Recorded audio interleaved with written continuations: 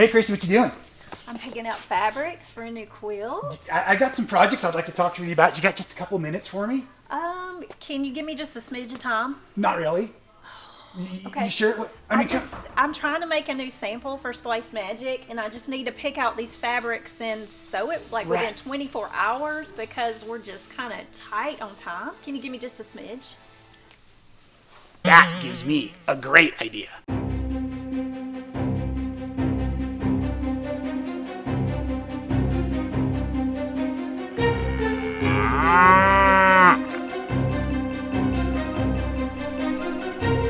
Okay, so here's the setup. Everybody has finally gone from the store, but I have been staying on the property, so we are going to break in to Stitchin Heaven, and I'm going to make that quilt tonight in one single night for Christy, so she doesn't have to be stressed out and worried anymore about getting that project done. This could get risky. Come on, this is going to be awesome. Plus, haven't you always wanted to spend the night inside of a store like Stitchin Heaven? I'm going to play with all the awesome toys. Come on.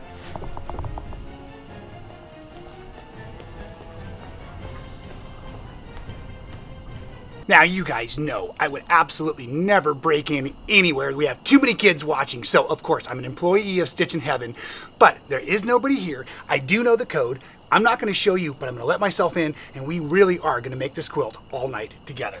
Made it in the back door. That was pretty easy. I got to get to the front of the shop, and I still got to find all the supplies that Christy left, so we've got a little bit of a project ahead of us, but this is going to be awesome. Okay, now we're inside of the main shop, and remember, we've got to stay in stealth mode. We really don't want to tip anybody off what we're up to tonight. We really want to surprise Christy with this random act of kindness project. This is going to be awesome. She's super behind schedule on this quilt, and I really want to help her, and the only way to do it is by staying all night at Stitchin Heaven. Now, of course, you know I'm going to play with all of the best toys that are in here, and as I'm looking around, check this out. It looks like we just found where she left the fabrics hat. Look at that. How lucky is that? Let's get these over to the counter and start making our quilt. Oh, it's kind of a heavy stack of fabrics. Look at all this stuff. Whew. I don't know how they do this. All right, here we go. Oh, phew. Oh, my heavens. This is getting awfully convenient. Look at this. She's left all of her stacks of her pre-picked fabrics all together. Now this is the project. These are the fabrics. I'll tell you more about the project in a second, but what it looks like she has done is mix those awesome new Benartex solid reading batiks with these fabulous prints by Allison Glass. Oh my goodness, just incredible. I've loved those Andover prints. And funny enough, I know that you have some of these interesting sections in the selvages on these prints. We're gonna use all of it, it's really cool. Okay, but we still need some tools. We need the book, we need some rulers, threads, scissors, cutters, all that stuff. So let's treat ourselves to everything you've always wanted in your sewing room while we're here at Deb's Sewing Room. Well, you know, Stitchin Heaven.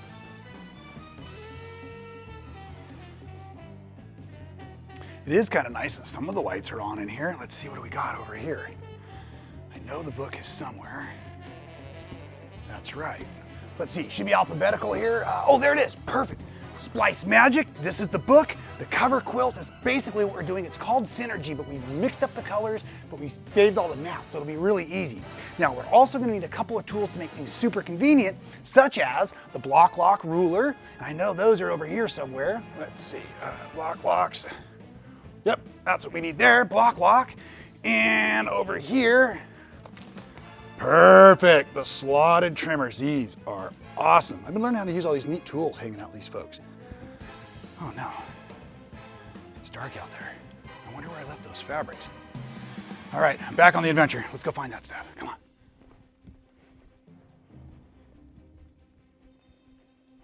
Is it over here? Ooh, that's right. I think I'll try every single machine tonight. That's gonna be fun. And remember, the whole thing is we get it done tonight. Look, they've got the long arms. And you know which one I'm trying, right there. Oh yeah. I've used it before. Wow, she's all fine. Oh, look at that big boy we're bringing in. Oh yeah, that's gonna be great. Okay, but I can't find the fabrics. Where did I leave those things? Okay, got the book, got the rulers, and again, as a reminder, we are going to be working from the Splice Magic book, basically making this awesome quilt that's on the cover that's called Synergy. Now, the book was written by two of the family members right here at Stitchin Heaven, Tiffany Hayes and Christy J. Smith. Super cool. And so you can get the book here, you can get it online, and it's a super simple project, basically using half square triangles, but it's a really unique technique. And I'm going to stitch through these here and show you here in a few minutes. Hopefully you'll be able to see. I know it's dark in here. But one of the things that Christy really wanted to do in this project was recolor. So the project we're building tonight is not in the book. So I'll give you some information so you can follow along. But it's been kind of recolorized, and so you're going to probably want to have the book to follow along for the parts and pieces, and then there's a bunch of other projects as well. So anyways, it's called Splice Magic, and I'm really excited to meet the ladies who wrote the book and really be learning the technique. So this is awesome, and like I said, we got to get this quilt done, so I better stop talking. I mean, literally, it is, oh my gosh, it's already after 10 p.m. So let's get this started. Now, the fabrics are picked, and we basically have 12, let's see, 1, 2, 3, 4, 5, 6, 7. No, that's 14 different colors. I'm using the solid reading batiks from Benartex and the Allison Glass by Andover, so basically a print with a batik. And instead of matching the colors, because we're basically going to get a wedge shape, the first thought was to put the yellows and the yellows and the greens and the greens and the blues and the blues. But if you do that, you're going to miss all of the actual shaping and the piecing that's going on within the project. So we're just going to custom mix the colors. These are the colors that are set for this particular pattern. Let's bring you in nice and close so you can see them. We got the blue and the red, the purple with the orange batik, orange polka dot with the limey green batik, kind of that fuchsia with the yellow gold. I love that mustard color. There's that limey print with the navy batik. Super cool royal with the greens. And again, we're going to keep any of the prints from the selvages that show up. That's really fun about Allison Glass. Look at that. That's going to be awesome, right? Okay, so the next thing, we are just making simple 5-inch by the width of fabric strips, right? They're going to be cut into squares in a few minutes, but just start with 3 of each color 5-inch strips. Everything is equal parts, even though it's this really cool kind of off-symmetrical shape. Once all the strips have been cut into those 5-inch by the width of fabric, like I said, you're gonna need 3 each of them. Now go ahead and take and subcut them down into squares, piles and piles of squares. Keep them together. You're never gonna mix other color combos in this project. You're just gonna keep the colors I just showed you together. So this red and blue, what's what I'm gonna show you through. Stack them all up, as many of the units as possible. We're gonna need 24 when we're finished, in each of the 5-inch squares with a batik, or I should say a background color if you're following the instructions, and the print. That is gonna make the entire units we need. So we're gonna need 24 of the 5-inch squares from each fabric, all 14 of them. See, now you're right back up to speed with me. Let's do this. I gotta go find a place where I can cut this stuff and stitch it back together. Oh boy. Let's see, which one should we use over here? This is awesome. Boy. Let's see. Oh, wait. Most important, do we have a 1/4-inch foot? Oh no. Oh no. Oh no. Oh no. I can't just, what about they're all locked on there. Oh my gosh. What about the 1/4-inch? Maybe we can move the needle position. Maybe we could make some tape. Maybe we could put a seam marker. Maybe we could put an edge guide. Either way, we just need a 1/4-inch, folks. Let's see if we can figure this out. Now, before we get too far into sewing, we're gonna need one of these friction pens and a straight edge that is longer than edge to edge on our piece, because we're gonna wanna mark a diagonal line, one single diagonal line from corner to corner, probably on your solids, just so you can see it.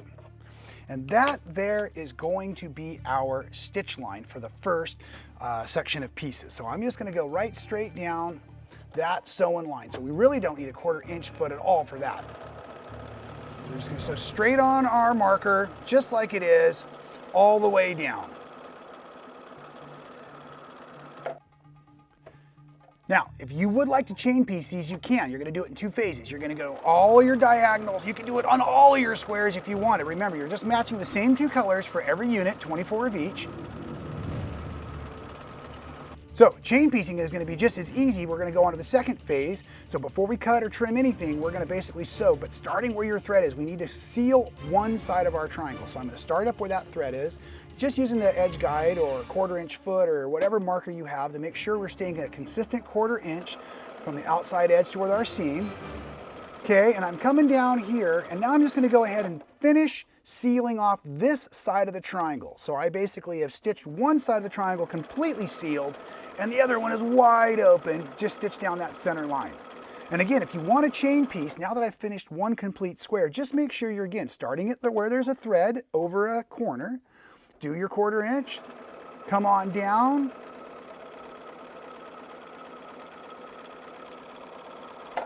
Pivot at the 1/4 inch marker, come off the edge like it's softball Monday night, running right through first base. Nice base hit, everybody. And we're going to go ahead and come on down through here too. And you might notice this isn't the perfectly shaped or squared, but we're going to do some trimming, and that's what comes next. So actually, accuracy at this moment isn't 100% crucial. Let's cut that thread. Oh, I love thread cutters on machines. Okay, now that we're off of the machine, I've already used the really cool little block slicer for your thread cutting. Makes life really simple. You can grab those here at Stitchin Heaven as well, of course. And now we're going to go ahead and separate this large square really into 3 half square triangles. 1 large and 2 small, and there's only one way to get this right. So please make sure you're paying attention right now. We must cut a 1/4 inch on this side of the line, the side of the line where the threads all cross, where all of the stitching on the outside edges work. So in order to do that, I'm just going to use that slotted trimmer because it's longer than the actual triangle we need. I'm going to go ahead and drop the first 1/4 inch mark right on top of the thread I just put on with the machine. And now as I cut through here like this, I've gone ahead and separated out the large half square triangle first. We're going to set that aside. Now we need to go ahead and make this into 2 smaller half square triangles. And in order to do that, I need to cut up through the outside edge. And again, I can use my slotted trimmer because I'm just going to go ahead and use this center marker on the flat edge, the bottom edge that I just cut. Make sure that this point runs right up through that tippy top of the threads. Okay, and I know it's a little dark in here, but that's because we're breaking in and spending the night in a quilt shop. How cool is that? Okay, so now I just went ahead and sliced that open, and I've created these 2 smaller half square triangles. Okay, and there's a couple of different ways to handle these. I'm going to talk you through the slotted trimmer, and I'll also talk you through the lock block, but we're going to need to set these up a little different. So this set we'll do with the slotted trimmer, but let's go ahead and cut one more series so I can show you how to use your lock block ruler for that. Super cool as well. So a reminder, I'm going over the threads, I'm finding that 1/4 inch, dropping it right on top of the threads I just had. Make sure you're cutting through the outside threads. That's the only way to make this work. And one of these Efficient Susan mats, of course, is fantastic. So you can just rotate so you're always cutting in a safe and proper direction. Okay, now I've lined up that bottom edge like I said, cutting up through that top point there. Okay, and in order to do the slotted trimmer, we're going to keep these folded right as they are. Okay, so we're going to need now a 4.5 inch raw, and in order to get the 4.5 inch raw, then I just go ahead and I lay this here on this 4.5 inch mark like you see here. I'm going to cut off the outside edges. Don't cut into those smaller half square triangles. This way, and now watch this. Got to be careful, and I still like to roll away from myself. There's actually slots in the slotted trimmer and stoppers. You can go either way, but when I did that, what that just did is it cut off the dog ears as well. Works perfect for the small ones. I'll show you again. So that big one's a 4.5, no secrets there. This smaller one is going to be a 2.5. So I'm going to come down, I'm going to line that up right on there, making sure I have some excess all around. Like that. I want to rotate this again so it's safe in my hands. I'm going to trim, whoops, that's right down there on that bottom edge. We're going to trim here, we're going to trim here, and while it's still in position, just roll through and roll through.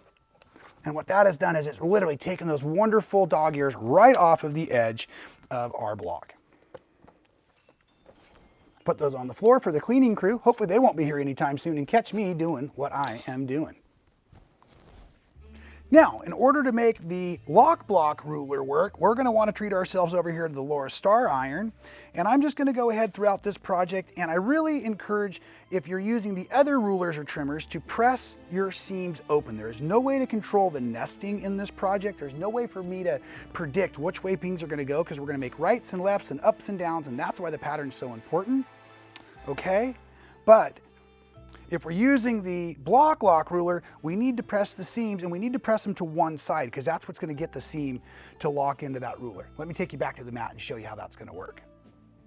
So for the lock block ruler, again, let's start with that larger half square triangle. And what you do is you want to find where your seam bulk is, and you're going to take this groove that's right in the kind of center. It's cut out in the middle of that ruler, and you're going to slide it. And I want you to double check this. If you've never done it before, make sure when you slide it that the center of the ruler line is actually locked up against the seam allowance, the actual diagonal on the block. Okay, and we're going to trim all 4 sides, so that's also why this Efficient Susan is awesome.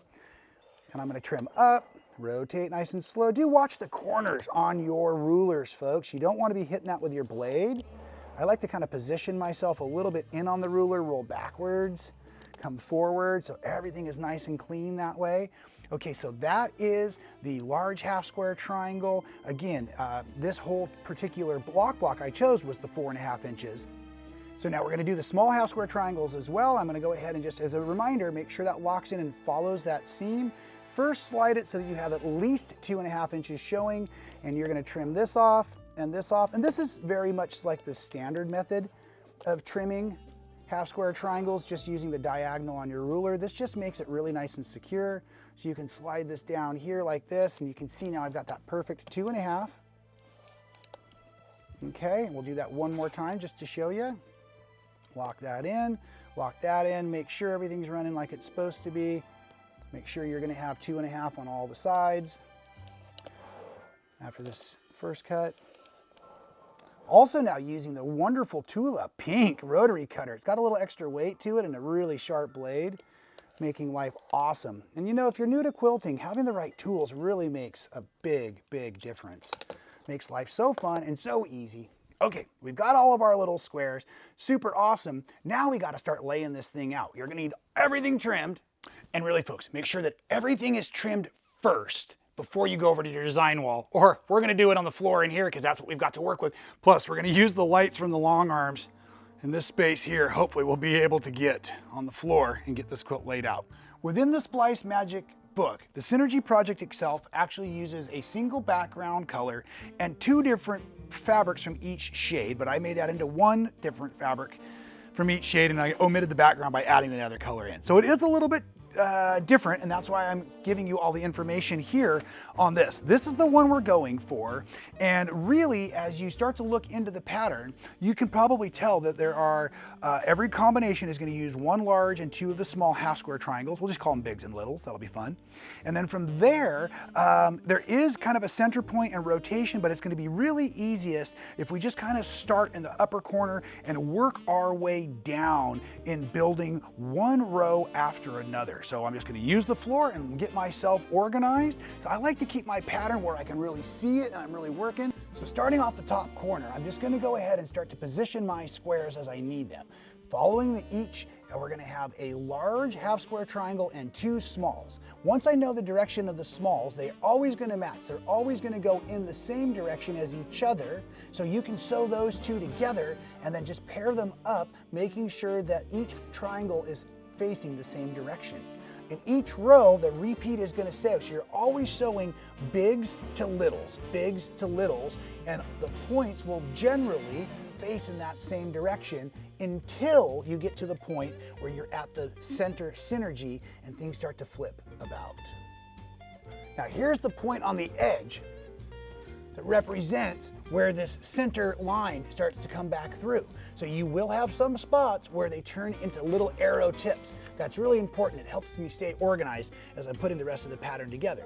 That also means though that triangle tips have just flipped in the direction they're heading. So now you're going to want to make sure that you keep pointing those in the same direction as well. So they'll sometimes form small arrows and sometimes will form big arrows.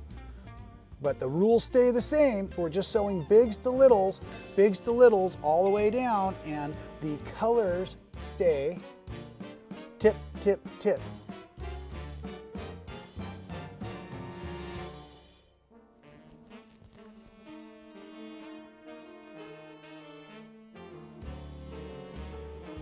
If you ever find that you sew in a couple of your littles in the opposite direction that you need them, don't panic. Just set them aside until you get to the very end, because you'll have another place you'll probably be able to use them. And worst case scenario, it's a small seam you'll just have to remove and put back on the opposite side.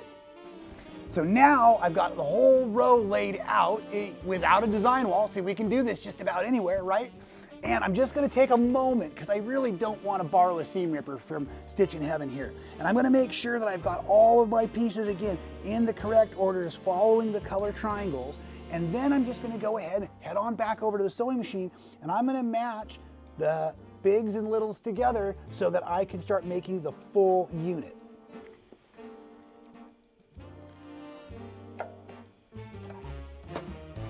Again, with a 1/4 inch seam allowance, right sides together, I'm going to join the bank of 2 littles to 1 big.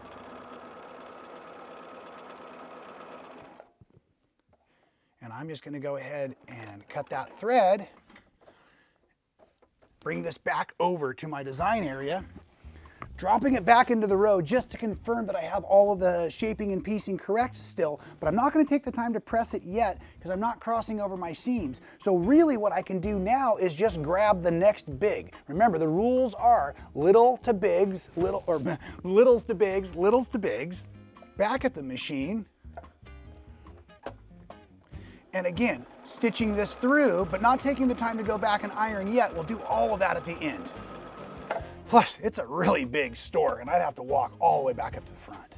So, we're going great. So at this point, what I'm gonna now do is I'm gonna take my bottom square, I'm gonna fold it over, I'm gonna throw a straight pin through it, just only so I won't stitch anything else to that side. Now we're gonna start mass production, because I'm just gonna go littles to bigs, and until I get to that center point, I can even use the patchwork to check my orientation. So it almost gets into a chain piecing format from here on out. I can come back over to my pile without the other fabrics now, and as long as I grab this edge and I know that is my seam, I can carry it right back over to my square, drop it right back on, and get to sewing.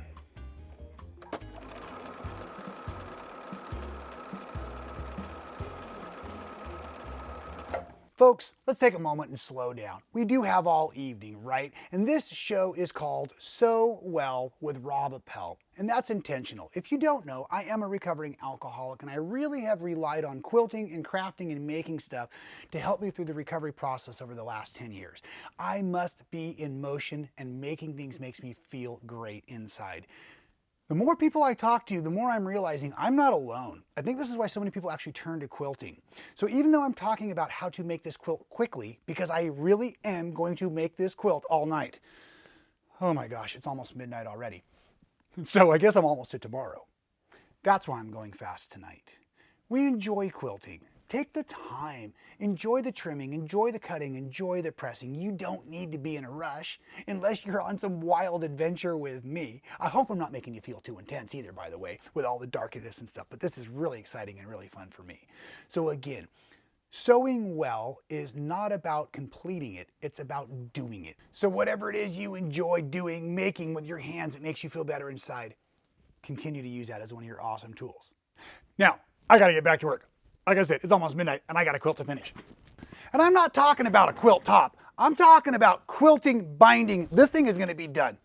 Minus the label.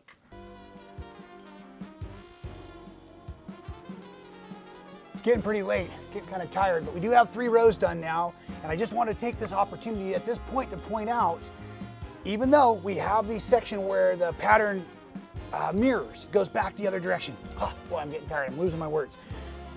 What you want to notice is that unit we were talking about earlier, the rectangle with the 2 smalls and the 1 big. Up here, I started big, then smalls. The next row, smalls, then big. The following row, big, then smalls. That's what I'm trying to point out. Even though we have this section here where things start to double back, where each row now is a opposite of the other, so it's still fairly easy on your design wall or design floor to stay organized. And as you go, you'll build out your rows. Once you have all of your rows built, you can start sewing those together to complete your quilt top. Now, due to the nature of those rectangles, as we begin sewing the rows together, every other section, we will still be able to kind of match and nest our seams to keep on track. So right as I come here, this is one of the units. So even though it was big and small and small and big, at this seam, maybe you can tell that I'm gonna be matching up those two seams over here under my finger. And I can do that, which will be about every 7 inches or so. And I can still keep myself really nicely on target. And of course you could use those spots if you like to pin your quilts. You could be dropping a pin in that little corner. I like to just find each union as I go, maintaining a nice even pace, 1/4 inch seam allowance. And I will most certainly iron after each row as I build them, helping the next row go on even more efficiently and I'm just gonna say accurately. However, sewing in the dark affords for mistakes that we won't notice until morning. Okay, now that I made it to the bottom of that whole row, I'm gonna head on over to that lower star iron and get this thing pressed out. Okay, so I'm just pressing to the first row from the second row, and that'll help me set the progression as I start to add on row after row as I go.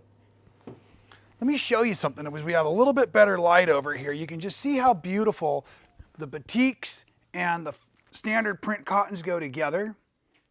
Isn't that neat? And remember when we were talking about some of those interesting parts of the selvage just showing up in random spaces? I think that's really awesome. It's going to give it just that extra little bit of character that I love in quilts.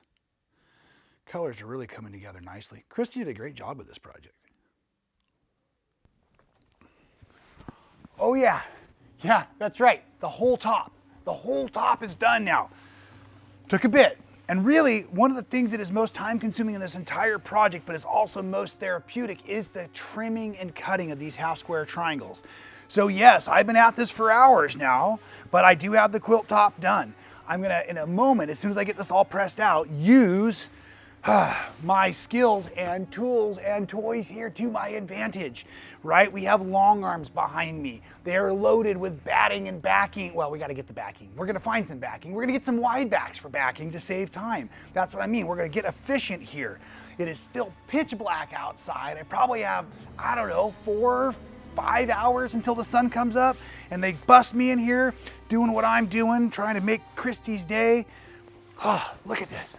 Aren't these colors incredible? Wow, I am so pumped. We just gotta find the right backing. Doesn't really matter what it looks like, but I want it to kind of match the quilt in some sort of a way. So let's get those flashlights and start wandering through the shop again. Let's bring this with us so we can really match to the colors. Come on, let me grab my flashlight. Oh, okay, now I'm in the wide back department. You can tell this is gonna be a challenge to match colors. Well, are those wide backs? Oh. No, those are fat quarters. Those are going to be way too small and a lot more patchwork. Come on, we need to find something like 108 wide.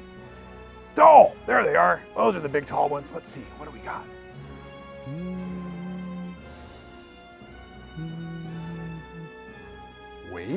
Wait. What is this? Oh, the perfect rainbow yellow backing. Oh my gosh. Okay, is it? It's 108. Look at this. Oh. Counter where it's big enough to cut it. Okay, backing's been cut and now pinned to the leader strips, which makes life so much easier if you've got a long arm. Make sure you get your print face down, find the correct side of the tail that you've got going. And it's so easy. Because now I can just zip on the backing fabric. This is going to be awesome. Okay, now just make sure that you don't have any twists in the backing fabric itself, and go ahead, find that other leader strip, and it's actually going to go right on this next top railing.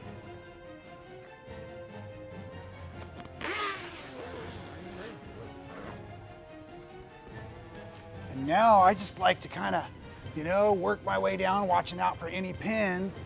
As I'm going to go ahead, and we want to take all of that backing fabric down onto this first bar, making sure print sides down. Remember, this is the back of the quilt now. And we're also going to take up a little bit of the slack just to that top bar of our actual top of the backing fabric. Engage the locks on the roller, so now we can start to pull a little bit of tension. Maybe hear the clicking happening. Okay, so I've now got nice tension on my backing fabric. Now I'm gonna grab my batting. Now the backing and the batting, they're always cut bigger than the quilt top because you're gonna make a mess. And no, you're not gonna make a mess. You're gonna push batting and fabric and all that stuff from the center of the quilt outward, or from this time we're gonna center top downward. But nonetheless, always give yourself a few extra inches on either side of the quilt. And I'm talking about 4, 5, 6, 7 inches on either side of the quilt. So now I'm gonna come up and I'm just gonna lay my batting so very close to this top edge of the fabric, but not so close that I'm on that zipper. Really don't want to be anywhere near that zipper because I don't want to stitch the zipper at all onto the project. Okay, now it's time to go ahead and start to get the quilt onto the frame itself. This is where the magic starts to happen. And again, I'm going to set it about an inch below the top of the batting, also centering it onto the batting and the backing. So here's the edge of the backing. I've got several inches over here. I like to secure the backing and the batting together on the edges, but it's way over here. I can pull these taut for a little tension. Doesn't need much. We're not bouncing quarters off of these beds. It really is crucial that you get a really good squared out start as you're putting the quilt top onto the backing and batting in the frame. I'll often use like a seam right along here, running parallel along this bar. You might even want to measure, because that's really going to help you, give you a nice measurement, what you're looking at there, right where you're at. And I want to come down a little bit further because I don't want to be so close up to that zipper. So again, I'm kind of securing this section here first, so I really like the way it looks. Now I'm just going to pet, pat, float up this area here. I'm wondering if you're all finding it rather convenient that this machine happened to have the right color threads in the back and in the bottom. Kind of odd, isn't it? Now what I'm going to do is I'm going to come on up here and I'm going to set some basting stitches in this very top row. This machine has a very nice and smooth tacking mode. So as I go ahead, I'm just going to run my hand actually right in front of that needle, just securing that top edge. It'll be hidden under the binding, so I'm not at all concerned about what it looks like at the moment. I do have the stitch regulator turned on, the BSR, so I can just go ahead and pace myself. And I'm definitely not stitching through that leader strip, but I am absolutely securing the quilt top through the batting and into the backing. Okay. Awesome. Now what I want to do is kind of recalibrate, make sure as I pulled all that over, we're good to go. Okay, so now we're engaged. And it's time to just do some awesome free motion machine quilting. Gonna take my time and lay from my corners in. Kind of some doodle stitching for now. Let's get a good feel for this machine. We got plenty of stitching to do, so we don't need to get ahead of ourselves. Don't need to get into a rush. This will take the rest of the night. I'm almost positive of it. I have a few more hours till that sun comes up. And I've really wanted to spend some quality time with this giant Bernina, the Q24. This is their giant quilting long arm treat, and you can see and hear just how smooth it's running already. And literally, these are my first few moments on this machine, other than the few times I've demoed it. Tried to talk Bernina and let me borrow one for a few years, but they said, I don't know. Who, the surfing quilter? The guy that breaks into quilt shops and spends the night? You'd never give a guy like that a machine. Oh, this is lovely. Just using a nice neutral lighter blue thread, filling in the darks and the lights. I'm just doing a random swirl pattern for now to fill in.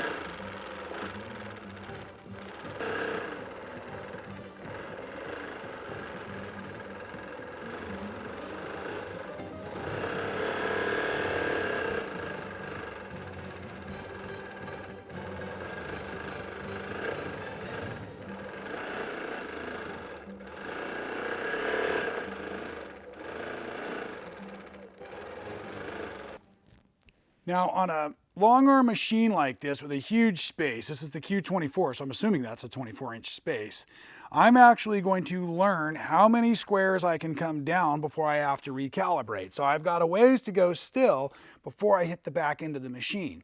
Once I figure out how many rows I can come down, I will just uniformly quilt in my doodle fashion all the way across to each side. Then I'll stop, I'll re-roll, and continue on the whole quilting process. Oh, that's going to be good. Oh, except for I steamed up the camera lens. Look at this. Okay, check it out. Last row, gang. We are almost there. You're not going to believe this. I don't know if you can see that. 5:15 a.m. I am on coffee break, but it's because I think I'm almost there.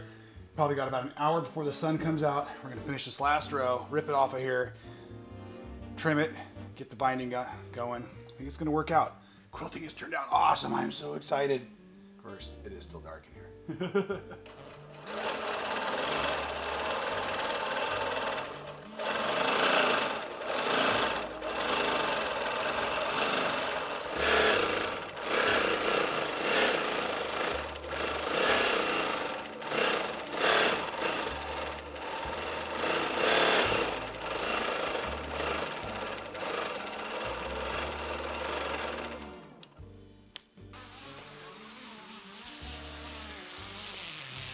For this quilt, I'll just kind of basically ride the 5 3/4 line on that seam there. And that allows me to get in here and make myself a really nice, clean cut that will make it look accurate all the way through the project, even when the quilting has pulled it slightly out of skew at first. When you go the other direction, the numbers will change because the size of the rows have changed. So just make sure you recalibrate, you find that line. I always like to look at the other line too, make sure things are going as square as possible for that first start. There it is.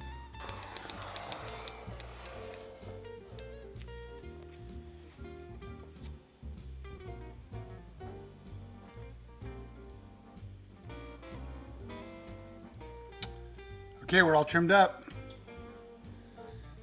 I'm going to use the purple fabric with the stripe you see to make the binding because I love striped bindings. So I'll cut in 2.5-inch strips. Okay, and I'm back with that. That was pretty quick and easy, wasn't it? You can see, look, it even has the really cool little parts in the selvage. So yeah, 2.5-inch binding. I made myself 8 strips so I don't have to mess around. I think I only needed 7, but that's what I had left over anyways. Folded, right sides out, pressed, bias joined.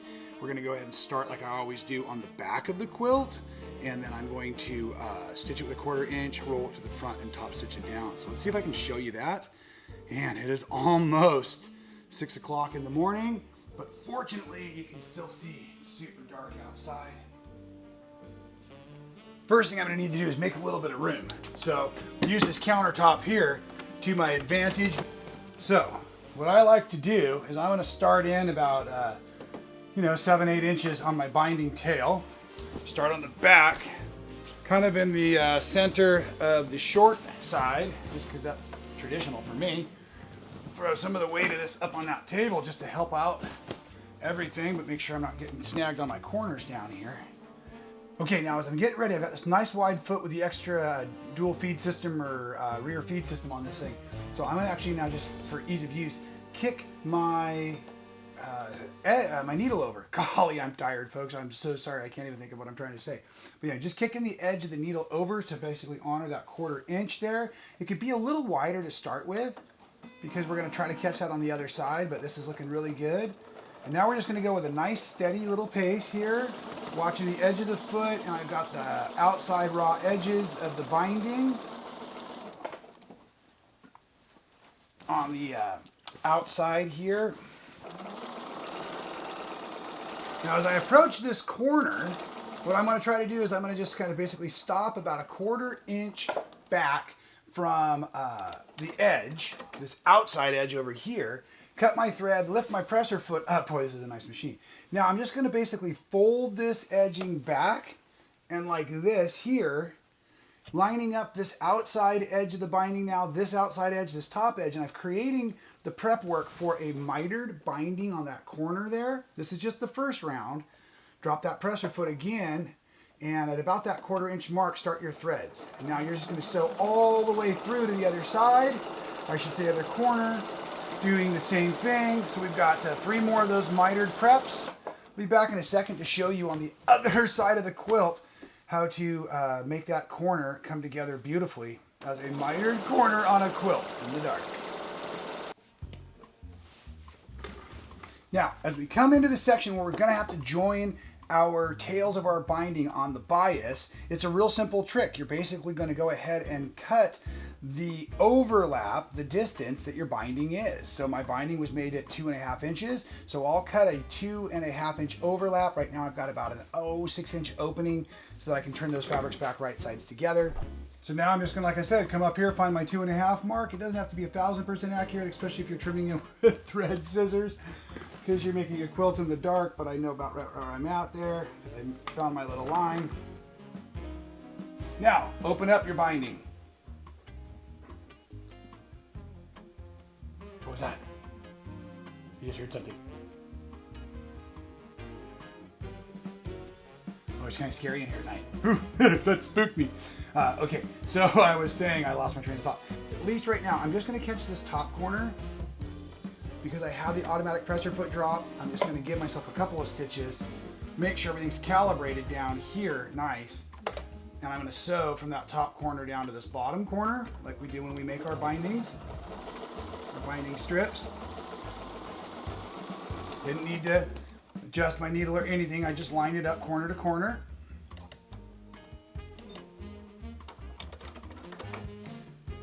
Cut your threads, lift your foot, make sure that you did it correctly, that it's going to work before you trim it. Because if you trim it now, you're in trouble if you got it wrong. I guess you could always open it up and put on more binding. So then you just kind of flip it, fold it, line it back up in there, get your edges all nice and tidy, and we're just going to go ahead and finish out that seam now back on that back side edge. Once we have all that on the back side, now what I'm going to do is I'm going to roll this over to the front, and I'm going to pull this wonderful binding, not too snug and secure. I'm kind of using my hands right now. I'm kind of feeling these edges through.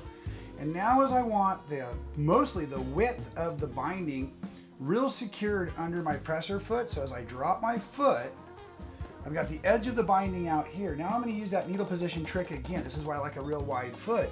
But I'm moving the needle to the far side, way over here, so that as I begin stitching, I can catch the outer edge, just the very edge, it's called top stitching, of that binding. I can feel the needle is basically dropping right above the binding on the back side.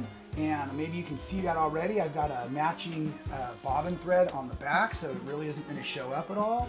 And now I just kind of keep tucking in, making sure I don't have any loose threads or batting hanging out. And I'm just going to trim, or go ahead and watching the outside edge of the foot and the inside edge of that needle. I'm going to get a real nice finished binding very fast by machine this way. Oh, better do a time check. What are we looking at? Oh my gosh, it's definitely after 6 a.m. But sun's not quite up yet. Looking like it's coming out a little bit. Okay, see, look, now the sun's coming up. It was just a few minutes ago. It was dark out there. And the trick to getting the corner on the top side is as you stitch in to about the last inch or so, I start to get my binding on the perpendicular side organized here. I'm then going to fold it so that it's feeling perpendicular. I'm going to use a stiletto or my little trimmers or something to kind of make a nice crease. Folding this up and under, tucking it under right under that presser foot. I might even want to lift my presser foot up for really nice clearance, and then I'm going to basically secure those edges at that really nice 45. Drop that presser foot back down, securing that, and as I get on top of that corner, right where that next piece of binding is going to start, I'm going to now lift with the needle down. I'm going to lift my presser foot up, pivot, roll the binding onto that new side, drop the presser foot again, and just keep on stitching. So no cutting on that side. It's just a pivot to secure and folding with a nice little straight edge to make that nice and crisp. Folks, we are all but done. I'm going to race through these last edges of the binding and show you the finished product as the sun is coming up over Stitchin Heaven.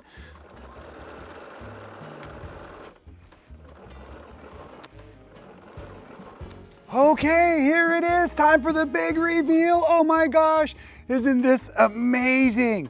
That's right, the Splice Magic book. This is the Synergy quilt with a bit of a remixed recolorization, adding in extra color and dropping that single white background. And boy, this was a wonderful, wonderful experience.